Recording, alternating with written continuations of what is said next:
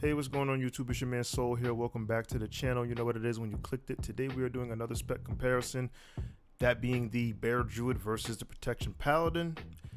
People really liked the first video and I liked it too, so I'm happy to bring this other one to you. People really wanted to see the Feral Druid in action, so I figured why not pair it with the only other tank spec that I didn't cover, being the Protection Paladin. So let's see if the bear can stack up to what's considered the best quote-unquote tank in Wrath, or is the Paladin just a bunch of hype? Without further ado, let's jump on in. To kick things off, let's talk about the Prot Paladin. First things first, I know I've spoken about Prot Paladins a lot in my channel, so I apologize if you feel like I'm beating a dead horse, but we gotta talk about it. So starting with the Prot Paladin strengths, everyone gather around, hold hands, close your eyes, bow your head, and say it with me now. Utility, utility, and more utility. Paladins innately bring a lot of utility to any raid group. They have a multitude of blessings, debuffs, externals, immunities, you name it. Paladins got it. This is only furthered by the Prot Paladin, who have some pretty unique stuff in their own talent tree. So Paladins are just utility monsters. Their next strength is that they're incredibly tanky. So Prot Paladins are the only tanks that have a cheat death in the form of Ardent Defender. So it still does reduce the damage that you take under 35%, but in addition to that, if you did take a killing blow, instead of killing you, it would bring you back to 20% of your max health on a 2-minute cooldown. So this is really strong. This is basically saying a nope to a certain mechanic that you can just kind of plan out, right? So again, incredibly tanky. Not only that, Divine Sacrifice is now a 50% DR, making it basically the same as Shield Wall. And Paladins just get like 12 to 15% passive DR from talents and abilities, 20% if you take the Guarded by Light for magic damage. But again, incredibly tanky in all aspects, whether it be physical, magic, or true damage. Paladins can take a hit. And the last strength I'd like to outline, you guys knew this was coming. Again, please bow your heads, close your eyes, hold hands, and say it with me now. Divine Sacrifice. Now, for the uninitiated, let me explain what Divine Sacrifice is.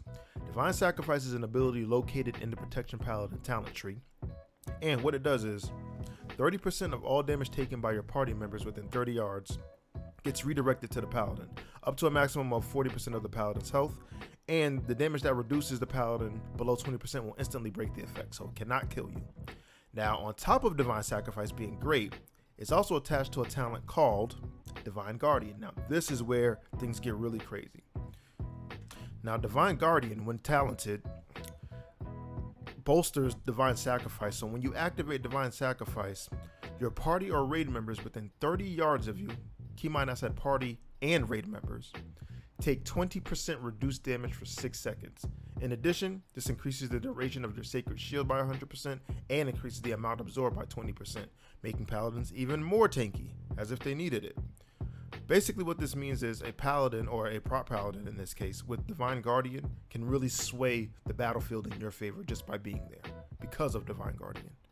It's an incredibly powerful tool that, like I said, will just make everyone's lives easier. It will save a life, it'll reduce the amount that the healers need to heal, it'll reduce the damage that the tanks take. It's just incredible all around.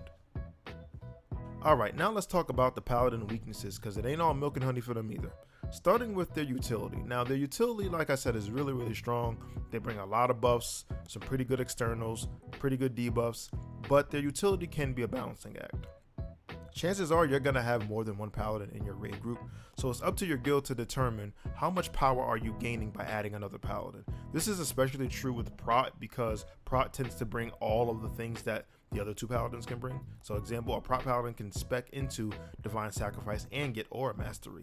Now, obviously that frees up the other Paladins in their raid group to take other talents, but once you get to a certain point of Paladins, you're not really increasing your raid power that much, so it can be a pretty good balancing act, especially if you already have, let's say, 2 Holy Paladins and a Rep Paladin, and now you're trying to add a 4th Paladin to the raid tier. Now, some people would say 4 Paladins is the sweet spot because it covers Blessing of Kings, Blessing of Might, Blessing of Wisdom, and Blessing of Sanctuary, and ideally, I can understand that.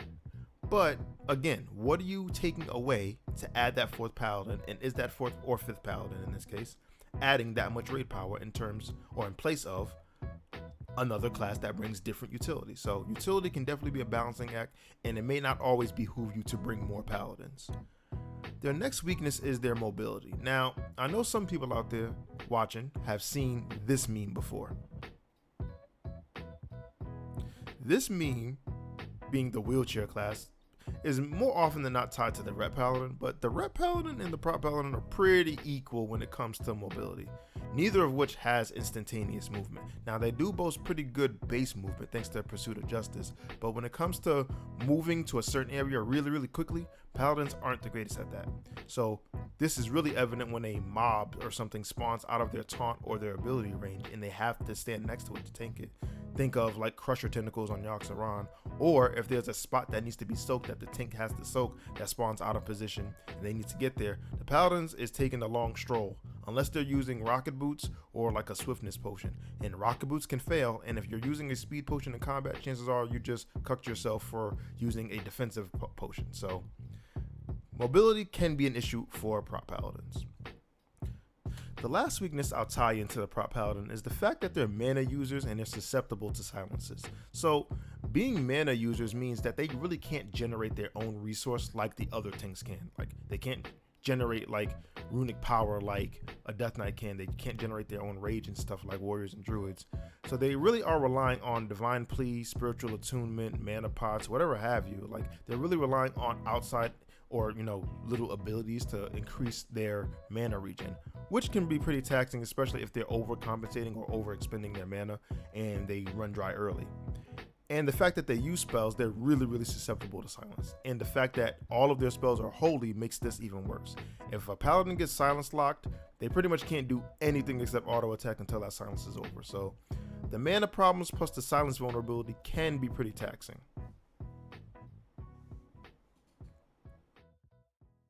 Alright, now let's talk about the Bear Druid and their strengths, starting with probably the most evident one is that their high effective health pool and armor values. Druids are probably going to have the highest effective health pool of any of the tanks, and they're going to boast really high armor value.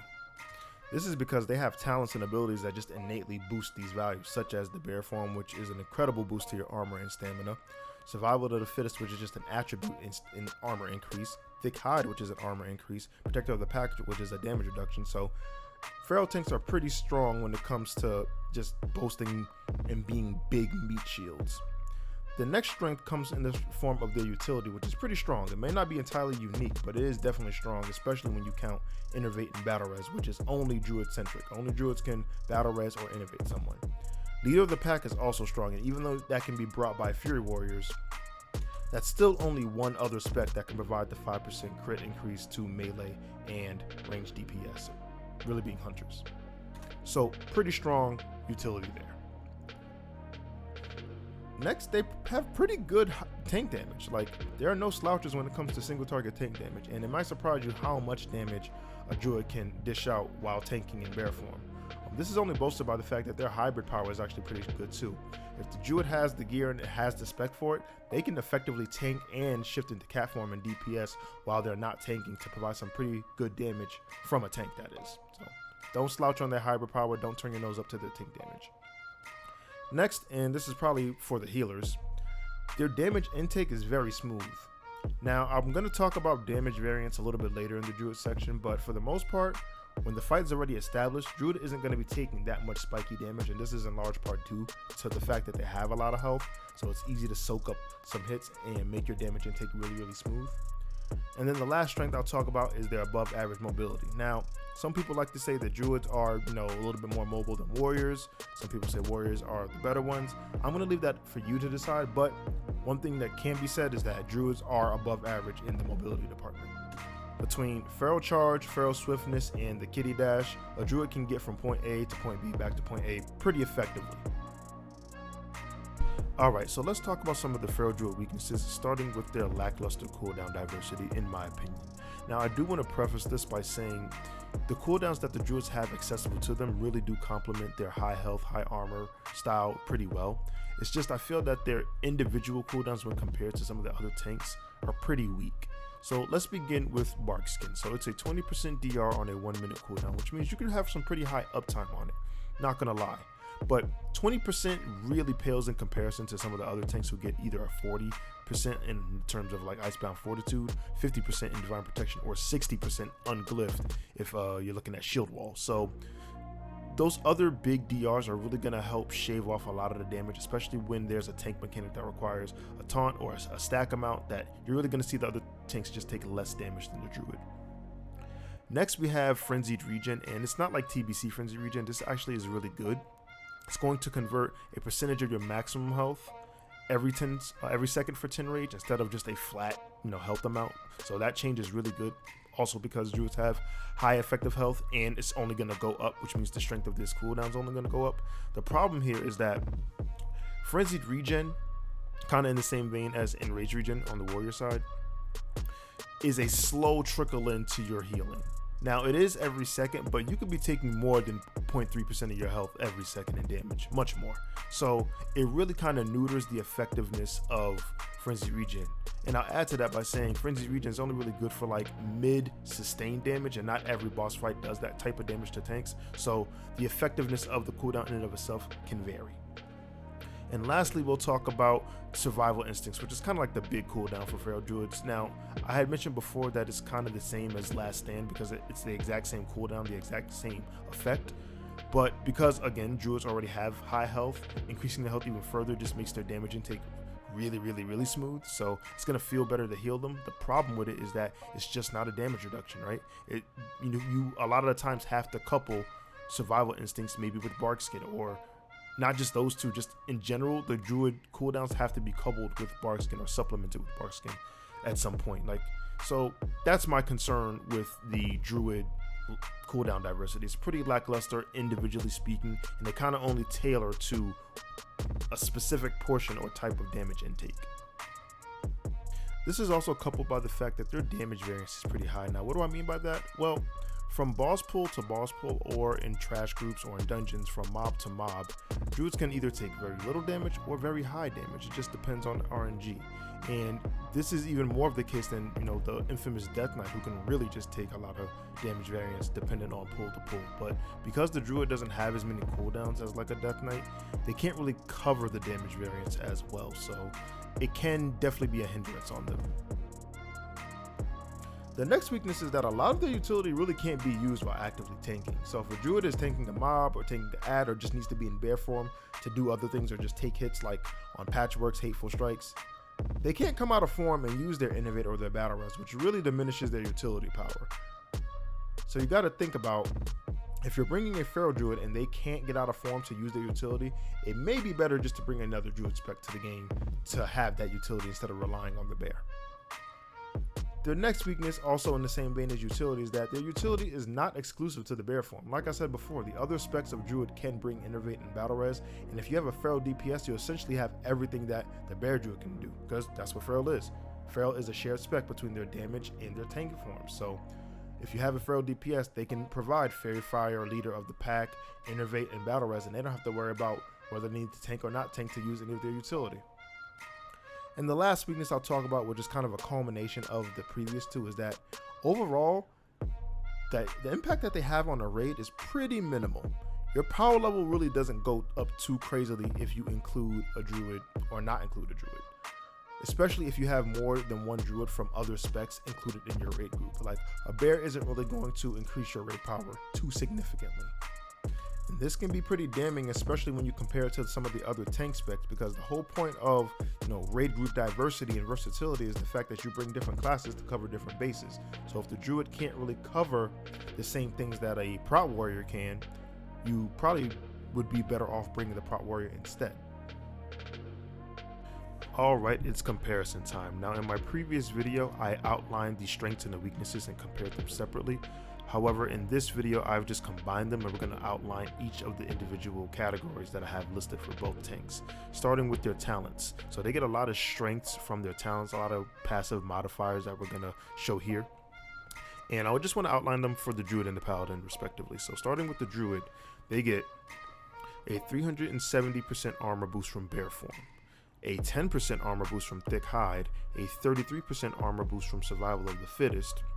They get a 25% stamina boost also from bear form, a 6% stamina boost from survival of the fittest, a 10% stam boost from Heart of the Wild, and then a flat 12% damage reduction passive from Protector of the Pack. So totaling a 413% armor boost, a 41% stamina boost, and a 12% DR to both physical and magical damage. Now obviously you can look at this and say, okay, the druids are just meant to take physical damage just by the high armor values they got, the high stamina plus Protector of the Pack. So that's really where the druid niche really lies, and it doesn't change. I've been saying that the whole video. Now let's go to the paladin. So also, like I said in the video, paladins are just riddled with just small little passives that culminate into a lot of DR. So let's outline this, starting with the improved Righteous Fury, which is a 6% flat DR, Blessing of Sanctuary, which is a 3% DR and a 10% boost to stamina, Ardent Defender, which is a 20% DR once you're sub 35%. So this is a little bit tricky. This really isn't a passive DR. If you don't go below the threshold, you won't really see Ardent Defender, but I had to outline it here just because I don't want to cause any confusion. I want to keep things consistent. Next, we have a 6% stamina boost from Combat Expertise, a 4% stamina boost from Sacred Duty, a 3% damage reduction from Shield of the Templar, a 3% damage reduction from Glyph of Divine Plea, and then their shield user, so it can also block damage. Also, they get a 6% magic DR from Guarded by Light if you max it out. So this culminates into about a 15% physical damage reduction, a 21% magic damage reduction thanks to Guarded by Light, and a 20% stamina boost. Now you could kind of multiply these two as well if you include Ardent Defender once the paladin's at 34% health, but paladins or tanks in general aren't chilling at low thresholds, so you shouldn't always see Ardent Defender unless you're just consistently getting slapped. But these are just basically the outlines for sturdiness of the paladin. And when you look at it side by side, it's a lot closer than what one would assume because the druid boasts more armor and more stamina than the paladin, but the paladin's just taking less damage flatly. And when you have things like that, before you get to buffs or before you get to cooldowns or before you get to abilities, the paladin just is a little bit more tanky. Now there's another comparison I do want to make for both the paladin and the druid, and that's when you compare Savage Defense to Sacred Shield. So Savage Defense is a new druid passive where each time you gain a critical hit while in bear form, you gain a small shield that will reduce the next damage you take from a physical attack by 25% of your attack power. So this is just kind of like a small little shield that you can shave off of damage when you're getting physically hit. And for Sacred Shield, it's a buff that the paladin puts on himself, and each time the target takes damage, the Sacred Shield will proc, absorbing X amount of damage scaling upwards, and increasing the paladin's chance to hit with a Flash of Light spell by 50% for 6 seconds. Now, they can't gain this effect more than once every 6 seconds, so on fast hitting bosses, like, you're not just going to be getting Sacred Shield over and over and over. And the buff lasts 30 seconds, and it can't be on more than one target at a time. So the druid might see more uptime than the paladin would, because the druid's Savage Defense is really only contingent on getting a critical hit. There's really no delay time, there's no small ICD. But Sacred Shield doesn't work just on physical damage, it works on both physical and magic damage. So Sacred Shield will reduce a lot more damage because it's not, held to just stopping one type of damage like Savage Defense is. Savage Defense just might have a little bit higher uptime. So both are pretty close when it comes to effectiveness. I gotta give the nod to Sacred Shield though, because Savage Defense just doesn't do anything when you're taking magic damage, and there's a lot of magic damage to be taken. So I gotta give the nod to Sacred Shield. And as far as overall sturdiness, again, it's pretty close. The stamina, or the high stamina I should say, that the druid has kind of closes the gap on a lot of just the passive DRs that paladins give, but a DR is a DR.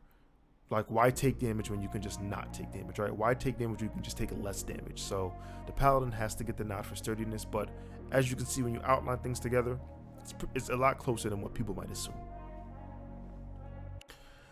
The next comparison comes in the form of the druid's mobility versus the paladin's lack of mobility, but usefulness and ranged abilities. So like I've mentioned before in both of the druid's strengths and the paladin's weaknesses, druid is a lot more mobile than paladin. Druids can get from point A to point B back to point A pretty effectively, where paladins have a little bit of a harder time doing that without some externals. However, paladins are also blessed with a lot of ranged abilities to where they really don't need to go too far to get to where they need to be or to attack something, right? Unless there's like a far off stack point, the paladin's weakness in mobility can be varied. Now, the Druid's effectiveness in mobility can also be varied because a lot of the mobility that the Druid has requires them to be in cat form. And because you can't just shift out of bear form, like I said in the Druid's weaknesses, it kind of staggers their usefulness when it comes to using that mobility. So in this case, I would like to say this is more of a tie than anything, because while the Paladin is still slow, they have a multitude of ranged abilities that they don't really need to be fast. Avenger Shield, Judgment, 2 targeted taunts, Exorcism. Like, they really don't need to move from point A to point B very often. And if they do, they can use those externals even if it's a risk. Now, the Druid is faster than the Paladin, but they just have to make sure that they're not tanking something and they're able to get out of bear form to actually move. So if they can manage that, then their mobility is a boon. If they can't, then it really becomes non-existent. So both have pretty glaring downsides to their strengths, so I think I gotta give it a tie, whereas the Druid can't use their mobility really unless they're in cat form, and despite all of the ranged abilities of the Paladins, they're still slow. So the last thing I want to compare is the comparison of utility. And when I was looking at these two classes side by side, it really kind of boiled down to just comparing their active utility versus their passive utility. Now, what do I mean by that? Well, the passive utility is just the debuffs and buffs that they bring, right? So Mark of the Wild, Leader of the Pack, Demo Roar, Infected Wounds, Blessing the Kings, Blessing the Might, Vindication, things like that. And then the active utility is the externals. So Battle Res, Innervate, Tranquility, Divine Sacrifice, Hand of Protection, Hand of Freedom, things like that. And when it comes down to it, I think it's closer than what people might assume, but I gotta give the nod to Paladin. If anything, really because of Divine Sacrifice. Having a raid-wide DR is just really, really impactful. It really just makes fights just so much easier. And I'm not even talking about the fact that they can also bring Aura Mastery. So it's just, yeah, I can't give the nod to Druid knowing that the Paladin has Divine Sacrifice amongst other things in its arsenal. Now, like I said, it's a lot closer than what I would assume or what I think people might assume, because as an example, the Paladin has the talent into Judgments of the Just to bring the attack speed slow. They have the talent into Vindication to bring the attack power debuff, whereas the Druid only really has the talent into Infected Wounds, and it's not even that big a deal for either class because you're gonna have somebody giving that attack speed slow, but the Druid innately already has their Demo Roar. So you can kind of like split hairs and kind of put it under a fine microscope, but the bulk of the situation, looking at it from afar, the Paladin is just better in terms of utility. And like I said in the beginning of the video, Prot Paladins just really will increase your raid power. So in conclusion, I don't think this was a big surprise to anyone, but I gotta give the nod to the Paladin. They're just too utility focused and provide too much power to your raid group to ignore. Now, that by no means says that the Bear Druid is a slouch when it comes to utility. It's a slouch when it comes to raid power. I'm not saying any of that. I'm just saying that the Paladin is just too domineering in the terms of raid utility for it to be discounted. But that being said, in the comments below, guys, tell me what you guys think. Do you guys think I got it all the way wrong and I just fell into the hype beast that is the Prot Paladin? Or do you think I was fair and, I just kind of compared them side by side and I gave the clear and even winner the nod? You let me know what you guys think in the comments below. Also, let me know if you want to see another, class comparison or spec comparison. It doesn't only have to be tanks. Even though I'm pretty good at tanks, I don't mind doing the research in some other specs. You let me know what you want to see in the comments below. I'll try to get it out to you guys. But that being said, as always, you guys have been great. I've been Soul, and I'm out. Peace.